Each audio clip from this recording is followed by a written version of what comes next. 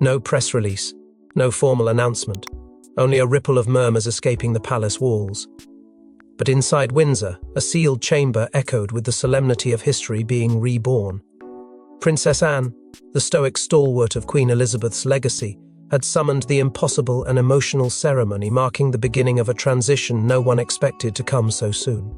And at the heart of it, a teenage Princess Charlotte, unaware she was about to inherit a title forged in centuries of duty and fire.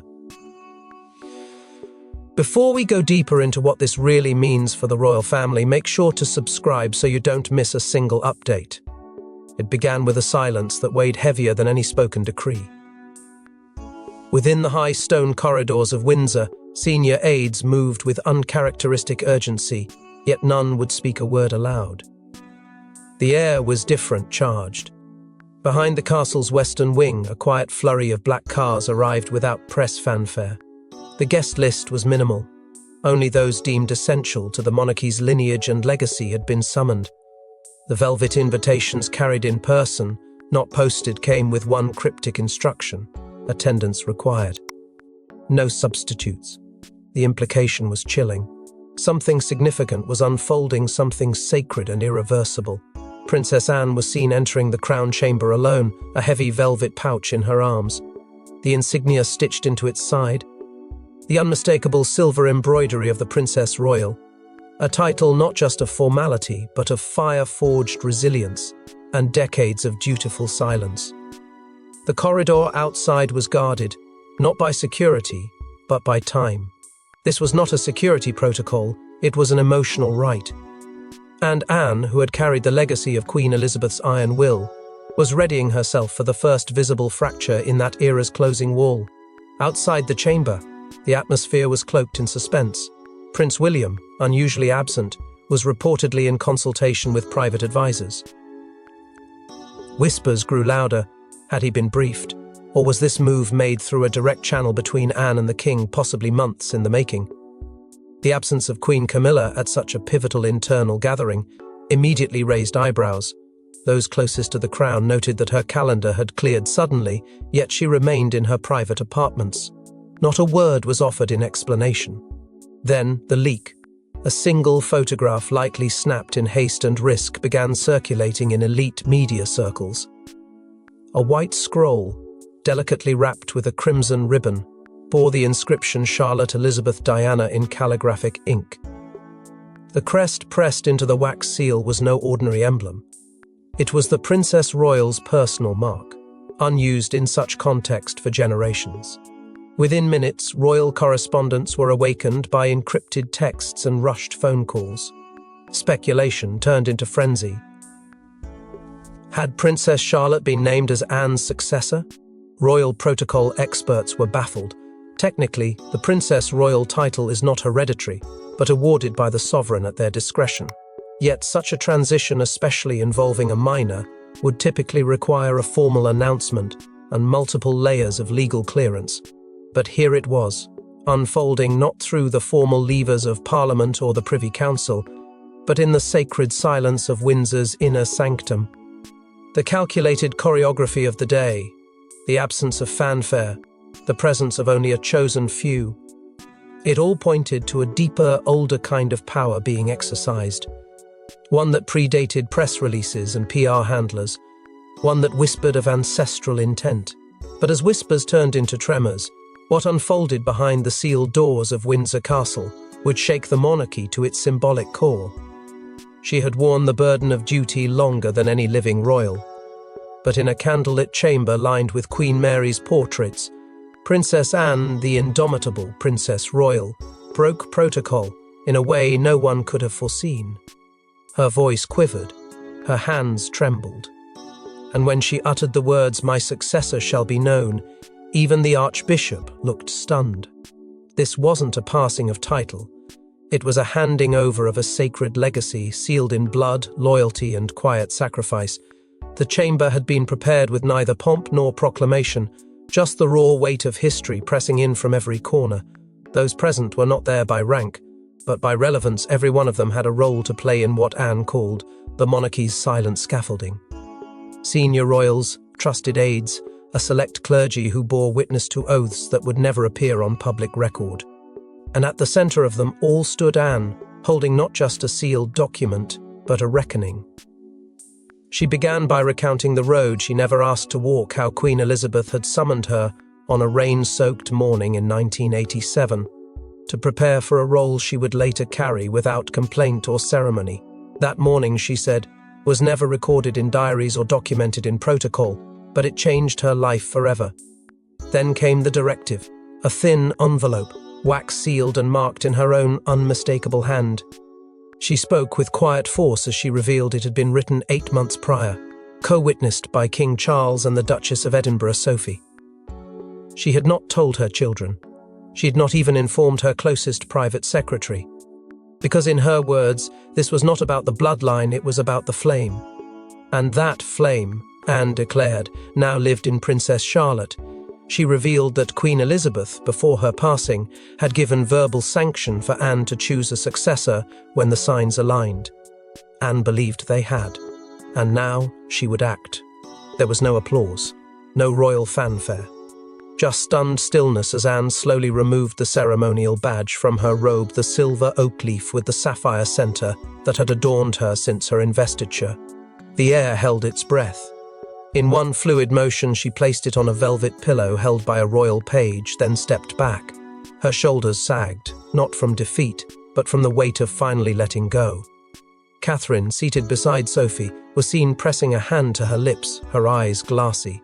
Sophie's head was bowed, her grip tight on the edge of her chair. Even the Archbishop, trained in composure, faltered as Anne turned to him and whispered, "Let it be entered." There was no ceremony rehearsed for this, no script. It was a moment written in instinct, bound in trust, and as Anne looked toward the far end of the chamber where Charlotte waited quietly, unaware of the emotional storm brewing just beyond the door, a new chapter stood trembling on the threshold. The Princess Royal had fulfilled her charge, but the legacy she had carried like armor was now being passed to someone too young to fully grasp its weight, yet chosen precisely because of that untouched resolve. But as Anne stepped back into the shadows of legacy, all eyes turned to the young girl who now had to carry it into an uncertain future. She had always been the composed child, the one with her mother's grace and her father's spine. But nothing could have prepared Princess Charlotte for the moment a royal steward presented her with a velvet scroll bearing her new designation. No warning, no rehearsal, just the weight of 1,000 years folded into silk and gold. And as she unrolled the parchment, her gaze froze not at the words, but at the initials that followed, ER2, by prior instruction. There had been no time to prepare her for the magnitude of what was to come. Charlotte had been brought into the chamber, as if for a routine observation, her demeanor polished but youthful, unaware that the legacy of generations was about to be pressed into her hands. She entered as a daughter, a granddaughter, a student of the crown's rhythm. But standing before Anne, now unadorned, her badge retired, Charlotte became something more, an heir not to the throne, but to a title burdened by expectations, history, and irreversible meaning. Anne's blessing came not in a grand pronouncement, but in a steady hand placed briefly on Charlotte's shoulder, followed by a simple nod of finality. It was Catherine who stepped forward then, her voice low but firm, whispering words only a mother could give, in such a moment, equal parts encouragement and protection. William remained silent but close, his gaze never leaving his daughter, his face a blend of pride, uncertainty, and the gravity of what this moment might unleash. The steward approached, the velvet scroll extended in both hands like a relic. Charlotte hesitated, but only for a moment. With composed fingers, she accepted it and unrolled the parchment with a stillness that belied her age. The room shifted, time contracted, for in her hands were not just ceremonial words, but an instruction traced back to the sovereign who had built modern royalty stone by Stone Elizabeth Regina II. Sealed decades earlier, the scroll bore the Queen's unmistakable initials and a phrase that cracked the air open like thunder, to be opened upon Anne's own choosing. It was not just Anne's decision, it was the Queen's will extended through her most loyal child, reaching into the future to touch her great-granddaughter with an invisible, irreversible decree. As Charlotte read, her breath caught. Witnesses reported a flicker of something unguarded in her expression, a mix of awe, fear, and an emotional reckoning too deep to name. Yet when she looked up, her face was composed once more. That moment, her poise in the midst of generational gravity was what silenced even the most skeptical voices in the room. The scroll concluded not with titles or fanfare, but with a list, 3 names written in the Queen's own hand. Anne, Sophie, Catherine. The advisory circle meant to guide Charlotte through her preparation, her bearing, and her battles to come. It was a council of matriarchs, a whisper from the past that Charlotte would not walk this road alone. But even as Charlotte accepted the scroll with trembling hands, tensions outside the chamber threatened to shatter the fragile unity within. While the royal world witnessed history inside, Queen Camilla sat in her private quarters uninvited, unacknowledged, and reportedly infuriated. Sources suggest she learned of the event only hours prior, but her decision to abstain wasn't silence, it was strategy. For Camilla, this wasn't just a title change. It was a reshuffling of influence, a bypass of her authority, and a symbolic elevation of Catherine's bloodline over her own reign. And what came next was anything but passive. The silence surrounding Camilla's absence soon began to crack under the pressure of conflicting accounts. Royal aides close to Clarence's house suggested she had declined the invitation in protest, while Windsor insiders claimed no formal invitation had ever been extended. What should have been a moment of unity had instead become a quiet war of presence. Camilla's allies were swift to clarify that she believed the transition was premature, citing concerns about Charlotte's age and the absence of parliamentary consultation. But privately, an internal memo later leaked to a senior palace correspondent revealed Camilla had formally advised King Charles just days earlier to postpone the ceremonial endorsement until Charlotte turned 18. That recommendation, according to the leak, was ignored. Behind closed doors, the fallout was immediate. Camilla, normally cautious with her words, reportedly confronted Charles in what aides described as one of the most strained and blunt conversations of their marriage. She questioned the wisdom of allowing Anne to conduct what she called an accelerated symbolic power transfer, especially without her involvement. The core of her protest wasn't about Charlotte, but what this ceremony represented, a quiet but forceful endorsement of Catherine's expanding role and the legacy she was shaping through her children. It wasn't a title, it was a statement, and it was made without Camilla's fingerprints. The tension between Catherine and Camilla, long kept beneath layers of royal decorum, finally surfaced in public. At a charity garden reception 2 days after the Windsor ceremony, the 2 women exchanged only brief words, observers noting a stiffness in posture and clipped politeness in tone. It was not a feud, at least not yet, but it was no longer peace either. Behind them, their aides were growing restless. Several members of Camilla's trusted circle, including one senior equerry, expressed growing unease to confidants about what they termed a growing shadow monarchy around Catherine. The phrase, once whispered behind locked doors, now made its way into media briefings, an ominous sign of shifting power beneath the surface. Adding to the unease, Princess Beatrice was seen unexpectedly leaving Windsor just hours before the ceremony began. No official explanation was given. Some speculated she had objected to the lack of formality in the process. Others believed she had been caught in the crossfire between factions vying for proximity to influence. Whatever the truth, her absence added another layer of ambiguity to an already fractured moment. As old scars reopened behind palace curtains, a hidden vault was being prepared to unleash a legacy Anne had protected for decades. Beneath the east wing of Windsor lies a vault few are permitted to enter. Dubbed the Crown Vault, it's where historic regalia, sealed charters, and unassigned honours lie preserved. And it was here, under Princess Anne's guarded direction, that the Princess Royal's original investiture robes, seal, and oath tablets were quietly retrieved weeks before the ceremony. Why now? And why Charlotte? The answer may lie in an ancient protocol last invoked by Queen Victoria herself. It was a move veiled in silence yet drenched in significance. Princess Anne, ever the traditionalist, and never one to act on impulse, had personally submitted the request to the Royal Custodian's Office for access to the Crown Vault, a privilege rarely exercised and only under exceptional circumstances. 2 weeks before the ceremony, official entries confirm her entrance, accompanied by 2 of her most senior aides and 1 royal archivist. The purpose? To unseal the ceremonial container marked with the initials Mr. Mary Regina, the first Princess Royal, under George V. Within it rested items untouched since Anne's own investiture, the insignia, the silk sash, and the original oath tablets carved from Windsor ash wood, gilded with script from 1675.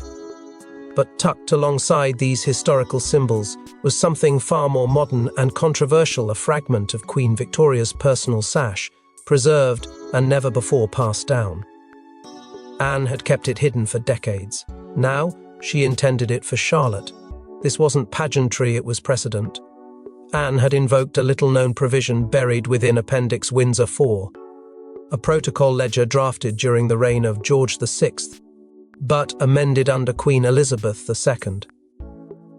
This section, marked with crimson tabs, allows for the succession of royal ceremonial titles to be bestowed based on character, lineage, and providence, rather than age alone.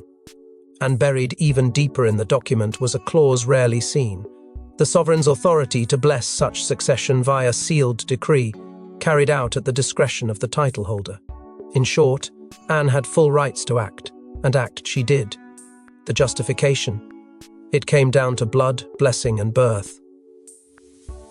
Charlotte had been born during Queen Elizabeth II's reign, under the shadow of Diana's memory, and named to honour both. That unique triad, Lilibet, Diana, and Destiny, formed the backbone of Anne's case. The scroll read aloud during the ceremony didn't just hold Anne's signature, it included a note signed by Queen Elizabeth II herself, written in 2018 and sealed in her personal codex. That scroll wasn't the only one, however. A duplicate was left inside the Crown Vault, stored beside Anne's handwritten addendum, a sealed letter addressed to the next holder of this honour, should turbulence threaten its survival. No one, not even the archivist, was permitted to read it. In the weeks before the investiture, Anne consulted privately with the Archbishop of Canterbury. Records confirm a 3-hour meeting with no aides present. Insiders claim it was to obtain ecclesiastical endorsement for Charlotte's spiritual preparedness, a throwback to a time when titles were not only constitutional but sacred. Every piece of this unfolding legacy had been handled with surgical precision. Anne wasn't simply handing over a title. She was crafting a myth, one that would shield Charlotte from future storms by anchoring her in the deepest roots of monarchy. But even as Charlotte's path was sanctified beneath layers of tradition, a storm of public reaction began to swirl outside the palace gates. By sunrise, royal commentators were in chaos. The headlines read like, "Fiction Anne names Charlotte her heir.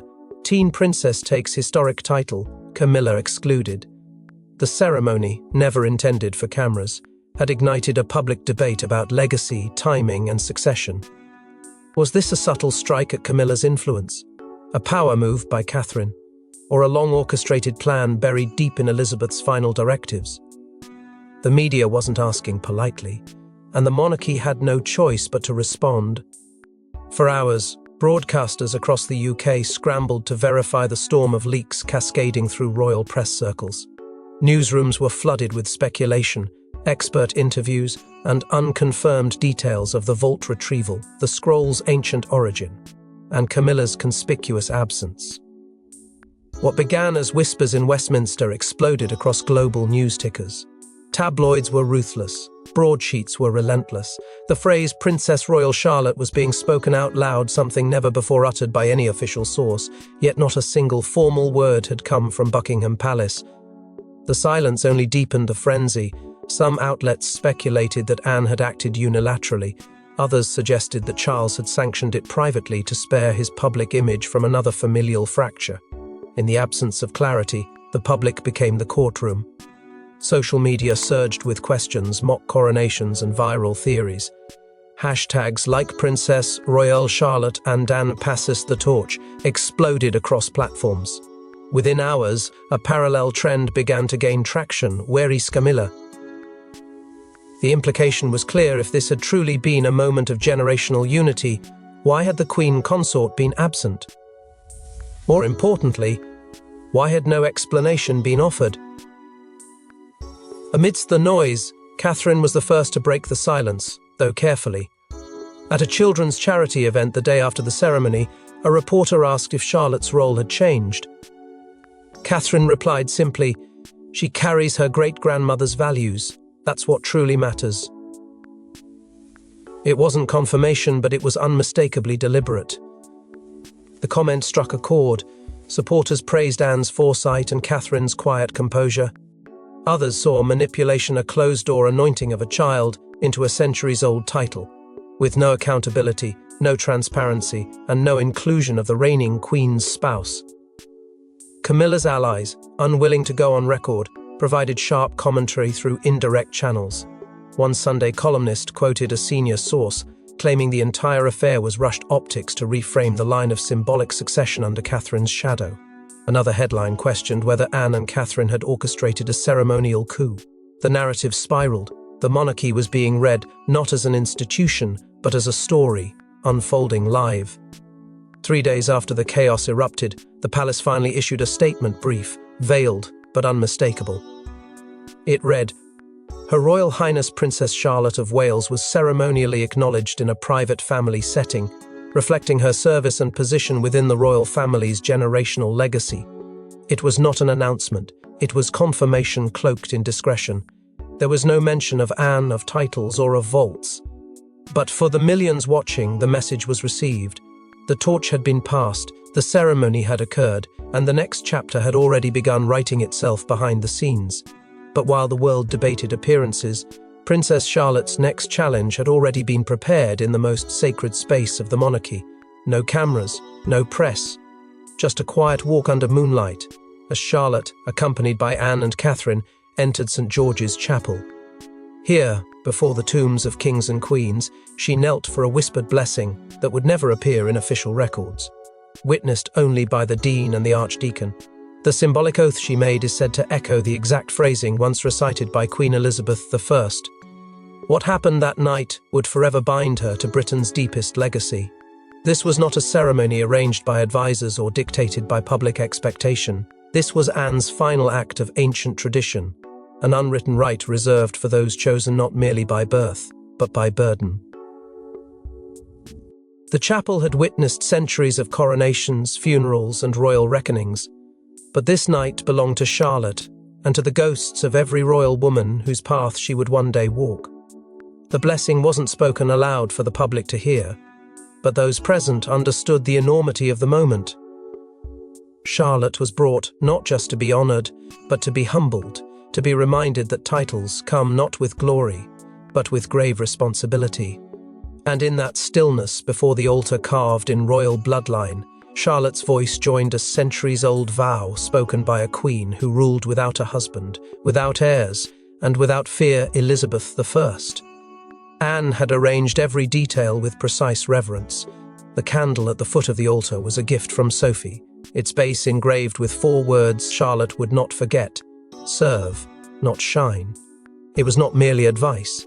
It was an inherited code, passed from woman to woman, whisper to whisper, through the unbroken lineage of those who served in silence. As Charlotte stepped forward to kneel before the tomb of Princess Mary, the first to bear the title Princess Royal, Anne withdrew a folded parchment, Queen Elizabeth II's own writing, a final passage written for this very occasion. With trembling hands, Anne read it aloud. May she never seek the throne, but always protect it. May she never ask for power, but never refuse it. May her heart remain steady, even when the world around her shifts. Charlotte listened without speaking, her hands clasped, her head bowed. The chapel itself seemed to hold its breath as the vow settled into stone. There was no crown, no press flash, no balcony. There was only history, ritual, and 3 women forging a pact beneath royal arches. After the blessing, they did not rush to leave. They remained seated in silence. For over an hour, not a word was spoken, just stillness, the kind that only comes when something sacred has taken place. This was not the beginning of Charlotte's reign. This was the beginning of her becoming. But while Charlotte's spiritual path was now sealed in the chapel's stones, one final rite awaited before the eyes of the public. As the crowd surged at Buckingham's gates, they didn't expect the curtains to part. But when Charlotte stepped out wearing a brooch only ever worn by Princess Anne on her first state visit, a new era felt suddenly visible. To her left, Catherine, to her right, Anne. 3 generations, 1 title. And when Anne placed her hand on Charlotte's shoulder in full view of the world, the monarchy made a wordless proclamation. The future had arrived, and it wore a ribbon of legacy. This was no accidental appearance. It had been planned down to the second, a tightly choreographed moment that would last less than 3 minutes, but would echo for decades. As the balcony doors opened and the trio emerged, the roar from below transformed from confusion to realization. It wasn't the king or the queen standing at the center of that moment. It was a young girl, surrounded by women who had carried the weight of the crown's unspoken burdens. Charlotte didn't wave, didn't speak. She simply stood, eyes steady, posture unwavering. And then it happened. Anne reached over and placed a single hand on Charlotte's shoulder. A gesture simple in form, yet seismic in meaning. This was the passing of a role not through decree, but through lineage. A title not assigned, but embodied. Catherine, standing just beside them, blinked hard against the swell of emotion.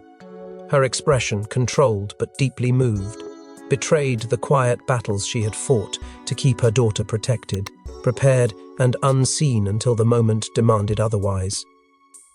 William stood behind them, not center stage, but present, nodding once, his face unreadable but firm. He knew this wasn't about paternal legacy, it was about matrilineal strength, and it had been executed without spectacle, but with unmatched symbolism. What Charlotte wore said it all. The brooch gleamed softly on her chest, a piece last worn by Queen Mary, later passed to Anne, and never displayed publicly until now. It was an heirloom of identity, not just style, a royal marker of continuity, handed through silence rather than ceremony. That evening, the palace released a rare statement, not through television or live address, but through printed parchment delivered to the press corps. It read, "Her Royal Highness Princess Charlotte is henceforth designated Princess Royal-elect, pending formal investiture at Her Majesty's discretion. This acknowledgement reflects her place in the royal family's enduring lineage of service." The statement didn't explain the spiritual rite, the vault or the scrolls. It didn't have to. The image had already told the story. One girl standing before the world, marked by tradition and chosen by hands that had shaped it. This public moment was Anne's last act as active Princess Royal. A silent exit staged not with applause, but with legacy. Her duty fulfilled, her voice quiet, a symbol passed. It was no longer hers to wear. It belonged to the girl beside her, who had walked through vaults, whispered vows beneath stone arches, and now faced a future none of them could fully predict. But even as the crowds cheered and the titles were adjusted, one final revelation would reveal just how far back this plan had been set in motion. Locked in a blue leather folder marked to be opened upon designation of successor, the Queen's handwriting brought everyone in the room to silence. In it, Elizabeth wrote of Charlotte's character, her resemblance to Lilibet, and her belief that Anne would know when to pass the torch. "Let the title live through one who does not seek it," she penned. And with that note, signed and sealed in 2020, the story of Charlotte's rise became something far more profound, an echo of destiny. The document was not housed in a royal archive or stored with ceremonial records. It had been kept privately entrusted only to Princess Anne and the Lord Chamberlain under the confidential directive titled Protocol Clarion. Section 9th, that file, referenced only twice in official registry logs, had remained dormant for 4 years. But its contents were designed not for royal historians or future archivists. It was written for a moment Anne would be tasked to define, and in Queen Elizabeth's precise, deliberate handwriting, the intentions were clear. She described Charlotte not by her title or placement in the line of succession, but by her temperament, resolute, perceptive, and enduring like the women before her, Elizabeth wrote. It was less a letter and more a final instruction, imbued with quiet authority. One of the most startling revelations in the letter was Elizabeth's encouragement for Anne to disregard traditional timelines. "You will know not by age but by readiness," she wrote. "Do not wait for the world to understand. Act when her soul matches the shadow of the crown." That single passage, once read aloud to the family circle, recast the entire ceremony not as a surprise move, but as a fulfillment of a plan, laid out long before Charles ever ascended the throne. The Queen had foreseen what few others had, that Anne, not Charles, would be the one to judge the true timing of this symbolic transfer. The Queen's confidence in Charlotte was not based on public appearances or ceremonial conduct. It was personal. In the letter, she referenced an afternoon in Balmoral in 2018, where Charlotte, then just 3 years old, had quietly sat beside her great-grandmother for nearly an hour, speaking little, asking nothing, only watching. Elizabeth had written, "She listens more than she speaks. That is a strength I fear will be needed." For Catherine, the letter was a thunderclap. According to palace insiders, she was made aware of the document's existence only days before the ceremony.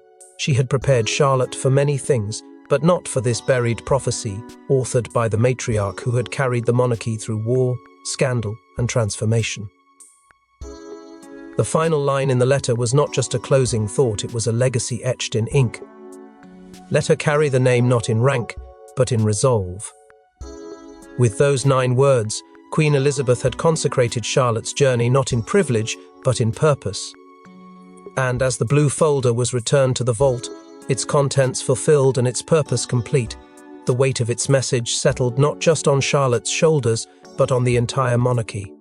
A transition had occurred, not with trumpets or coronets, but through silent faith passed from one sovereign soul to another. And so, from the echoes of Queen's past to the eyes of a watching world, a new chapter in royal history begins, foretold in silence, sealed in trust, and borne through the unwavering hands of women. Thanks for watching. Please don't forget to like and subscribe, and we will see you in next one.